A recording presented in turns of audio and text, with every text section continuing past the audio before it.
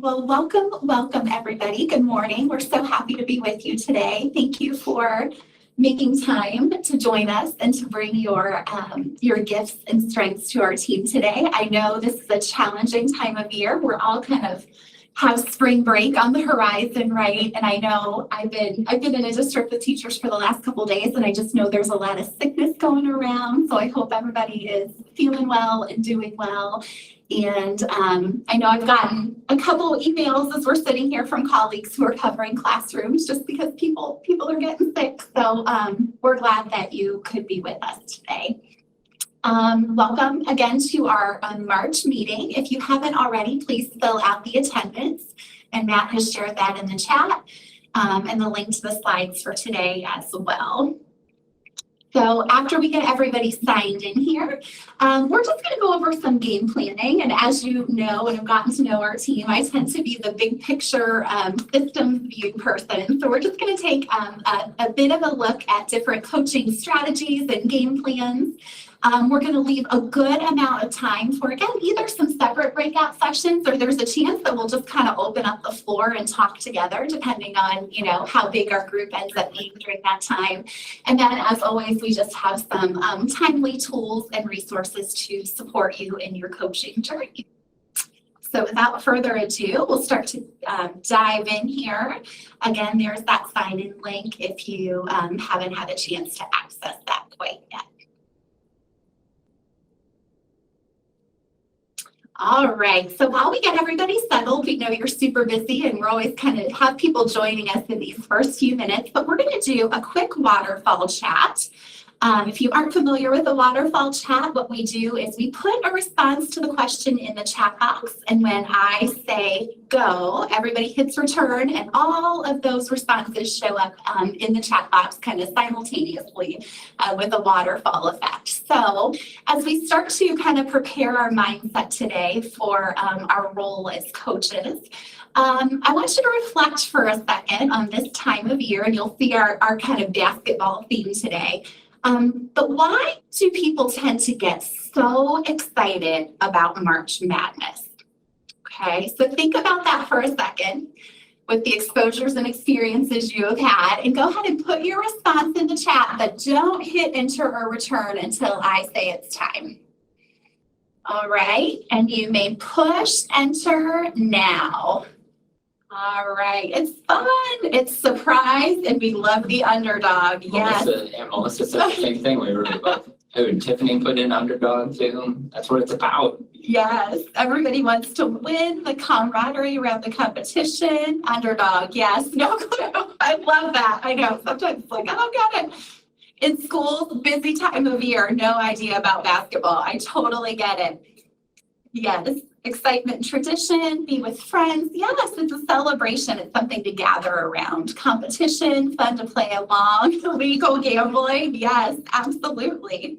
Food. I don't think anybody said food either. That's snacks and treats. Right. I know. It's kind of this end of the season of hibernation, right? It's an opportunity to kind of get together and gather around something in common. I think it's exciting for us to think about and process all of this as coaches because of the role that we play. Click ahead here. But to me, one of the kind of unsung parts of March Madness that you really don't see on the surface is, I think, the ability to pull out the giftedness of coaches.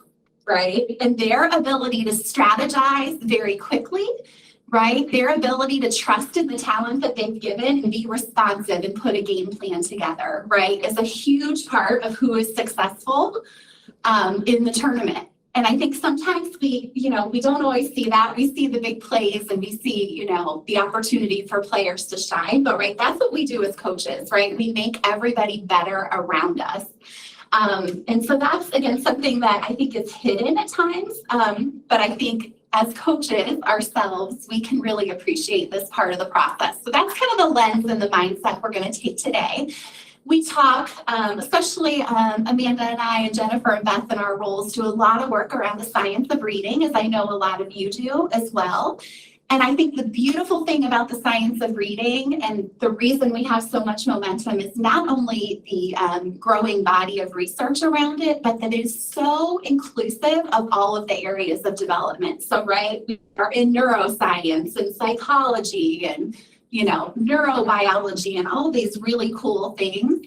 And I think that that's the beautiful thing about great coaching as well, right? Like there's a science to coaching, and we all know, right? The best coaches have played the game, right? And have a love of a game, but there's also an art to it.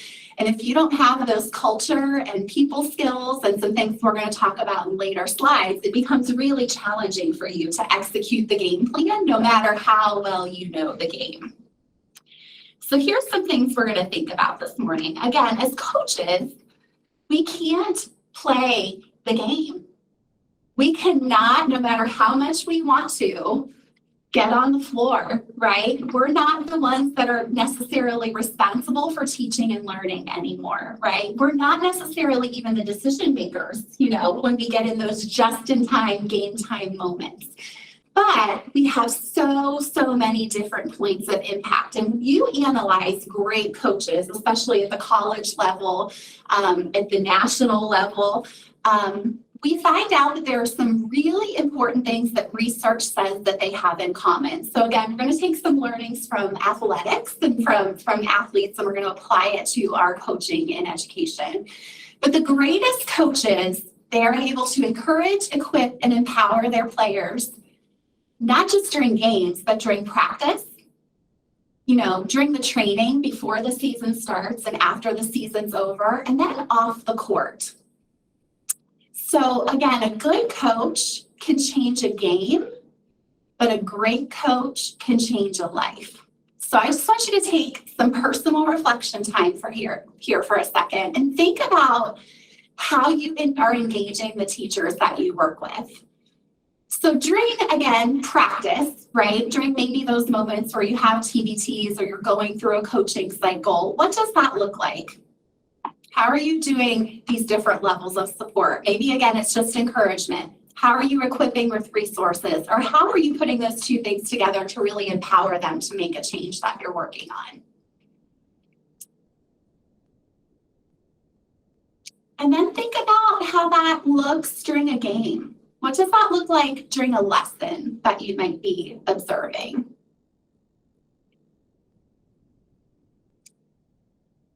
What does your role look like during professional development?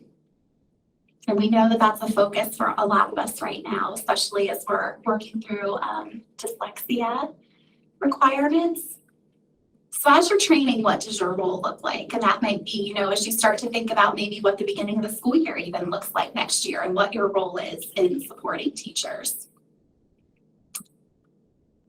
And then, as you know, it's close to all of our hearts too, it's that off the court piece. How are you encouraging, equipping, and empowering all of the people you support as you're walking into the building in the morning? Or as you're having lunch together, or while you're covering each other because you have sick kiddos and things come up, right? That's a real part of our lives that we're all navigating. And sometimes those are the most powerful coaching opportunities that we have because people truly feel supported.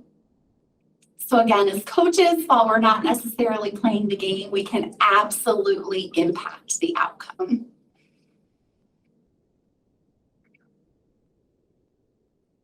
So again, part of the reason that we come together is just this shared responsibility that we all have, and just continuing to remind ourselves what opportunities we have, because we know a lot of you are maybe the only coaches in your building, or some of you might even be the only coaches in your district. So it's really important that as we continue to remind teachers what their impact is, that we remind one another what our impact opportunities are every day. So I hope just a minute for you to reflect on that is helpful. And again, sometimes that's just a good sticky note to put on your computer. How am I encouraging, equipping, and empowering those around me? Okay, so another quote to think about today is the best teams have chemistry. They communicate with each other and they sacrifice personal glory for the common goal. And this is what we see come to life in March Madness, right? We see those coaching strategies come to life because we see the people who have trained for the marathon and the sprint, right? And I think sometimes it's an either or, but I think it's your ability to stack your team so you have the capacity to do both. Right? And we absolutely, as coaches, support that at the instructional level and at the systems level, right? We are equipping our teachers to be able to respond and provide great feedback and high quality instruction in the moment with their students. But we also have really powerful roles at the systems level and how we are a part of giving feedback to our building and district leaders as far as, making curriculum decisions, really strategizing what additional professional learning might be needed. So again, I think in creating chemistry, coaches have a huge role in that. And again, you are so significant in facilitating communication amongst teachers that you work with, amongst one another, and again, feeding back up in that communication loop to your district and building leadership. And again, you're often sacrificing your own personal glory for the common goal. Again, coaches don't necessarily get that credit for the big win, but at the same time, we know all of those conversations that have been had and all of the feedback that's been given. Again, all those little notes that are left in mailboxes, right? All the little favorite treats that are left on a desk, right? When you know somebody's having a bad day. And so again, I just want to encourage you all while we have this opportunity that, while you may not always get the glory for the win, you have such an important role that you play in the education of the students in your district and support for educators every day. So again, game plans are everything. And we all know that those decisions in the moment can throw off the game plan at times. But you know what? Going in with a solid plan where everybody is on the same page is so significant. And what your ability to do from the human capital side of this is to really know which one of your players are going to come alive in which environment, right? So the way I plan to play against a LeBron James is definitely not the same game plan I'm going to have if we're playing against Steph Curry, right? Two insanely talented players, but I've got to prepare completely differently if they're my opponents, right? So again, that's where your strengths as a coach comes into play hugely. Taking the certification process with dyslexia as an example, right? We have a lot of people that are trained to provide those services and supports to children in individual classrooms and buildings, perhaps. But that might not be the same skill set that serves our district well in supporting all of the adults, right? And in making decisions and to helping think about the data and look at how plans for support are embedded into your one plans and your DLT plans. So again, it's you as coaches, I think, are going to be incredibly invaluable in these processes and coming up with multi-tiered systems of support to making sure that your students are cared for well, but that also all the adults that are working to support your children are cared for as well. So when it comes to game plan, we have to think about systems. We, of course, have to think about instruction, and that's what a lot of our work together thus far has been focused on, is that instructional coaching piece. What does it look like to support teachers who are supporting students within the classroom? And then finally, this idea of peer coaching, which again, we all also do in addition to instructional coaching, of course. And peer coaching really is the heart that continues to go on no matter what initiatives, what roles and responsibilities come on and off of our plates. I know that we had a big shift in our region and across the state coming out of the pandemic, where a lot of us, kind of maybe went back into the classroom perhaps, or, either way had less flexibility in our schedule when we were thinking about protecting time for coaching cycles. And again, that continues to be something we navigate as we deal with sub issues, right? And a high demand for our time, right? As we're looking at professional development responsibilities as well. So I just want us to be really intentional in our thought process that we are part of coaching all of these different game plans simultaneously, as coaches are, right, in all different capacities. You know, you're always thinking about your offensive plan. You're always thinking about your defensive plan, right? Those things all look different. If you coach football, right, you have somebody that's the big picture head coach, but they are consistently relying on, right, their offensive coordinator, their defensive coordinator, special teams, right? They have people prepared in case there's an injury, right, to be responsive. There's just all kinds of game plans that are always happening simultaneously.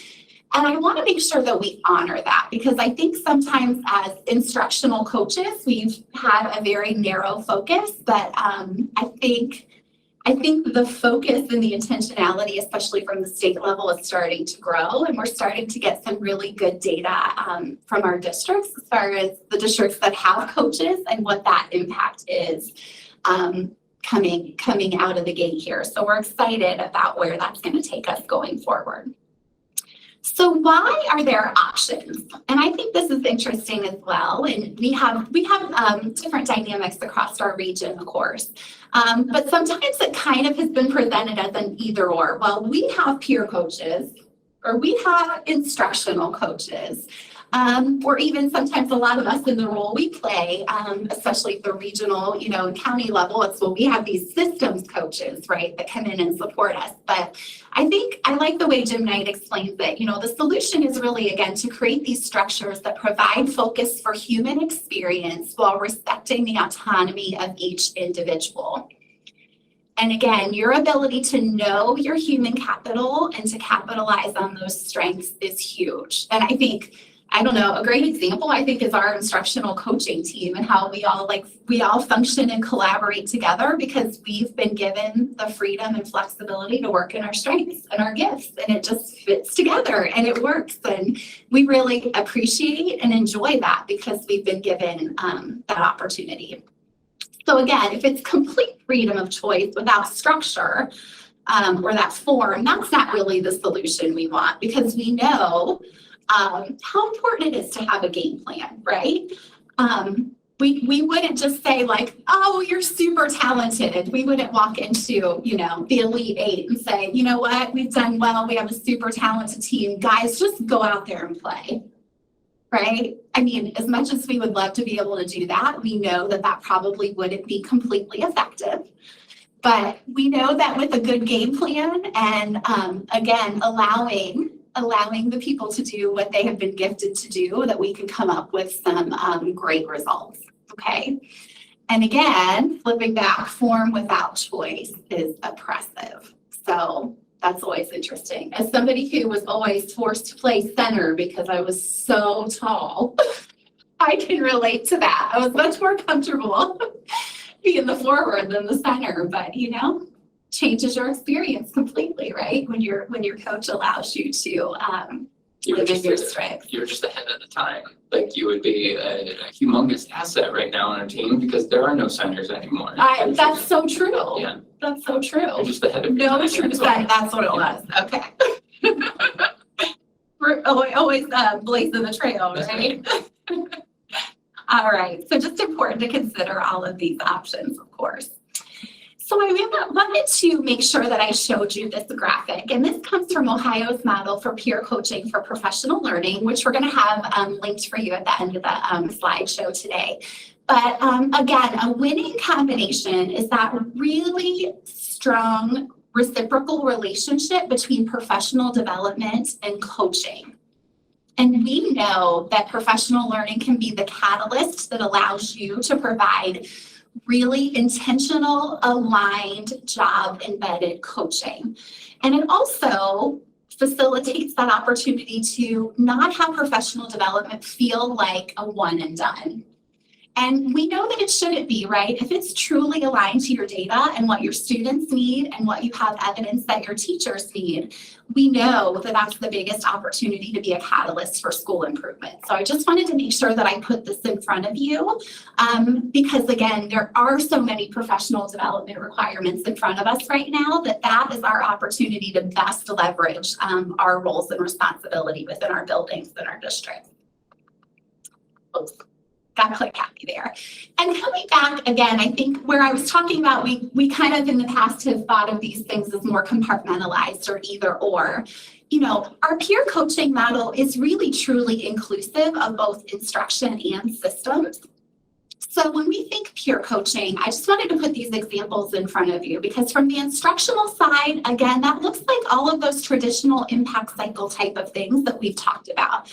That looks like observations, modeling, co-teaching, follow-up conversations, using those videos, but it might not be that traditional, I as a coach go in here, and then I go in here, and then I go in here. It might be facilitating more groups of teachers, right, who have the same goals, or groups of teachers whose children are presenting similar needs within the data.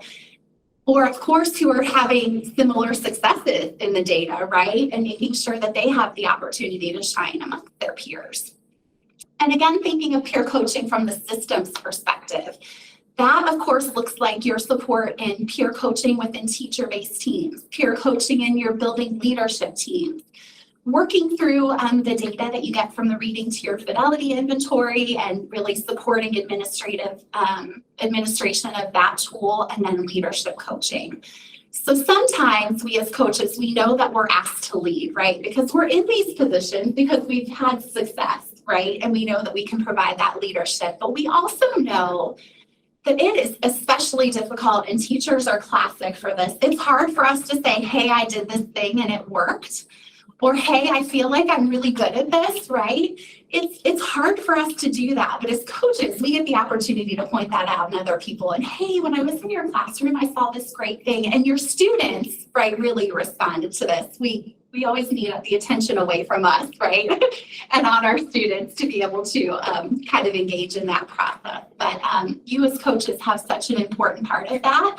And just realizing that that moves so much more beyond that targeted instructional piece, but truly is a part of building a system of support is so critical for your understanding. And again, our March Madness, they're playing that game, right? They're in that game, they're playing for that season and for that group. But what they're doing simultaneously is also building a program for their university, right? They're building something that people want to be a part of. They're building a legacy that people want to come back to later. And you all are having the opportunity to do things like that on a daily basis. So thank you for your investment and your expertise.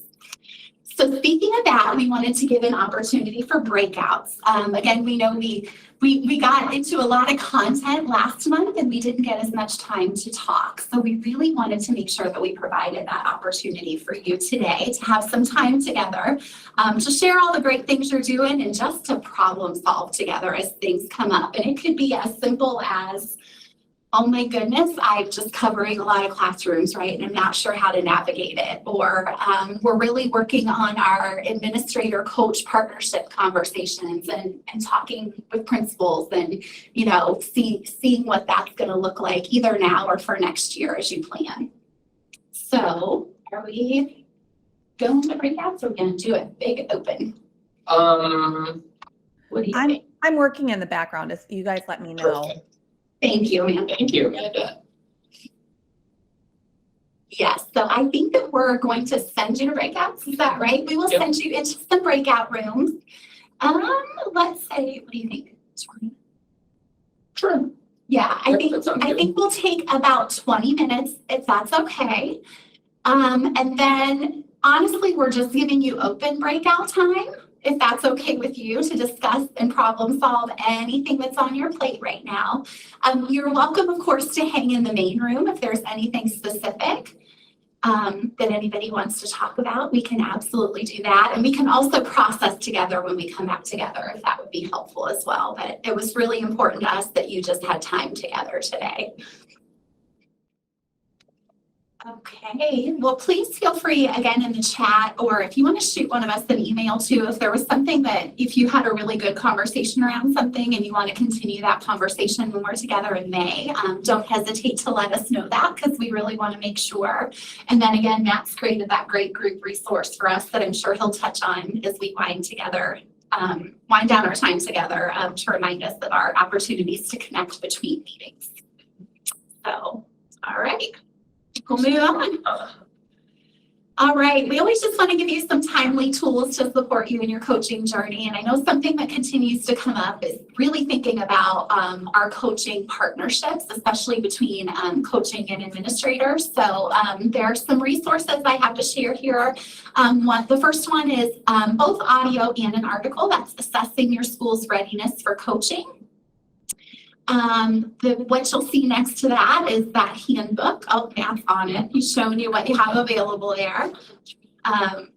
So yeah, that's something that's available to you. And again, you can listen to it if that's something that works better. I know sometimes I like to be listening and up doing something because I'm kind of a busybody. So that Ohio's Model for Peer Coaching handbook that I made some references to earlier is linked and available for you here.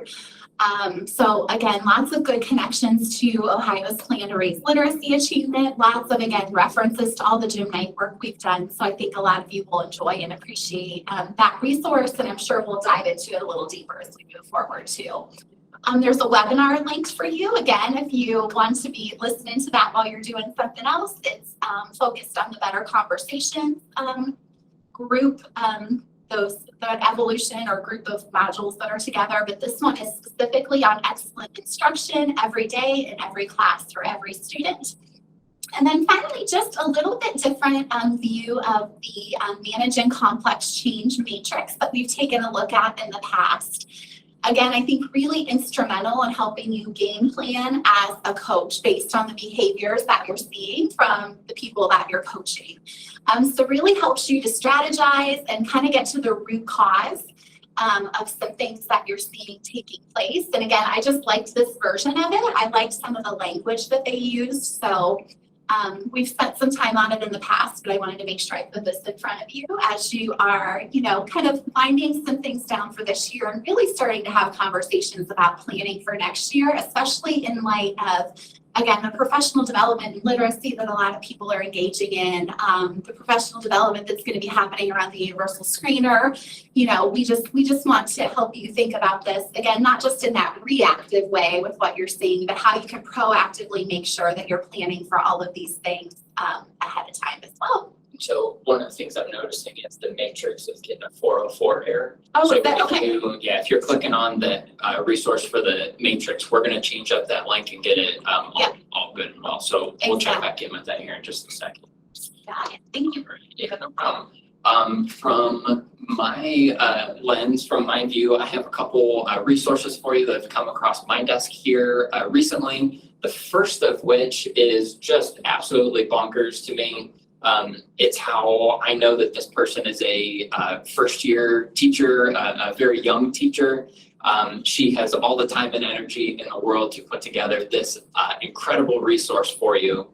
This is Ms. M's free resources. So for all of our literacy friends, this is just a mega library of digital books for students. So I feel really good about putting my 5-year-old on here because basically what happens is when you click on any one of these tiles, or you can use those headers up across the top, it's going to take you to a Google slide deck that has like all these little virtual shelves. And on the virtual shelves, Ms. M has placed books based around different topics. So if you take a peek at the screen here, the one that I'm looking at, this is like what she calls the ultimate family library. So there are 623 books that are read aloud to kids. And most of them are framed like where the camera is over top of the book. And so as they're reading, they're flipping pages, the reader can follow along as things are being read to them. And it's just incredible. So if you look across the top, like I said, there are topics for just about everything. The Ultimate Library, which has literally everything that is found elsewhere on the site, that has over 4,100 books that's a part of it. And it's just incredible and amazing, and it is something that I wanted to get in front of your eyeballs as well. She says that it's basically like pre-K through 6. So you would want to kind of sift through those texts just to see kind of what pops up. So shout out Ms. M. She has some stuff on her website, like if you wanted to buy her a coffee or whatnot too, but otherwise it's a completely free resource, which is pretty incredible. Second, this is something that is from me. It's something that I've been thinking a lot about lately. And these are different debriefing strategies. So this is like a debrief strategies deck, for lack of a better word. But basically, these are different ways that you can have conversations with teachers, that students can think about what they have just learned and kind of package that thinking in a different way. So a lot of times when I'm doing like trainings with teachers, we are a lot of times put into like professional development days or, days where teachers are hearing a whole bunch of different things at once. And we know how overwhelming that can be for people. So a lot of these different debrief activities are ways that, teachers, that students can narrow things down and really focus on what matters and what is actionable. So, like what are we going to do in the very near future that can build on the thing that I just learned? So what I tried to do was build out this resource that it actually had the activities embedded within the slides, but know that there are two different ways that you can check this out. So back on the slide deck, if you want to check it out for yourself to see if you like it, click down here on that view only version. And then if you do want a version for yourself, just select the image, and then that's going to be the template version. So that way you can actually customize it. You can brand it with your district colors and do all that kind of good stuff too. So like I said, some fun little debriefing strategies for you. And then we could spend hours and hours and hours and days and days and days talking about generative AI. And by this, you probably heard like ChatGPT or maybe even Bard. Those are kind of the Kleenex to, the broader scope of tissue, so to speak. So generative AI is, what we call this new era, or new area rather, but times are changing. A lot has transpired in a very, very quick timeline, and very soon it is going to get even crazier. This was 2 days ago. Google put out a press release basically saying, be on the lookout for their version of generative AI, which they're calling Bard. That's actually going to be baked into slides and docs and your Gmail, where it basically says like, what do you want to write? You tell it, I want a recipe for chocolate chip cookies, and it will produce the entire document for you. So we don't necessarily know what that looks like for education accounts, but there has been a very loud outcry for our district needs to ban this. We need to ban ChatGPT. We need to block this website, right?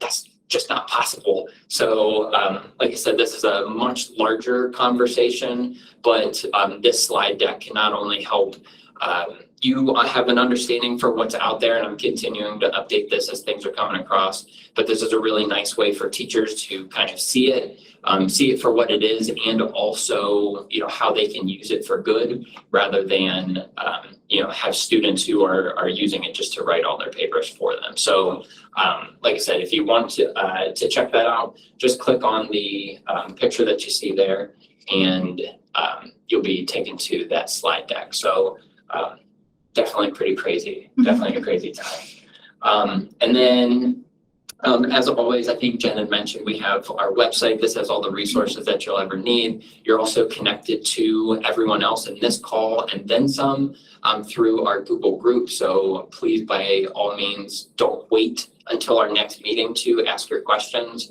Just pop them into that Google group chat and start something up. We'd love to actually build that out more and make that more of an ongoing resource rather than you just having to take time in our breakout rooms here and whatnot.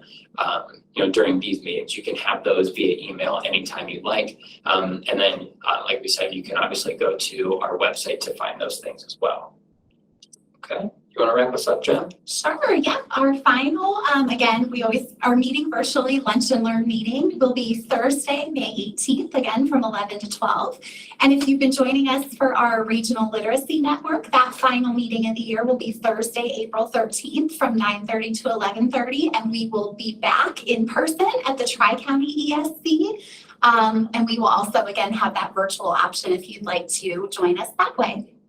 So thank you for your time today. Again, we appreciate all of you and all that you're investing every day. We are here if you need us, and we'd love to chat anytime, but it is 12 o'clock and we want to honor your busy day. So thanks for being with us today. Thanks, everybody. Good to see you.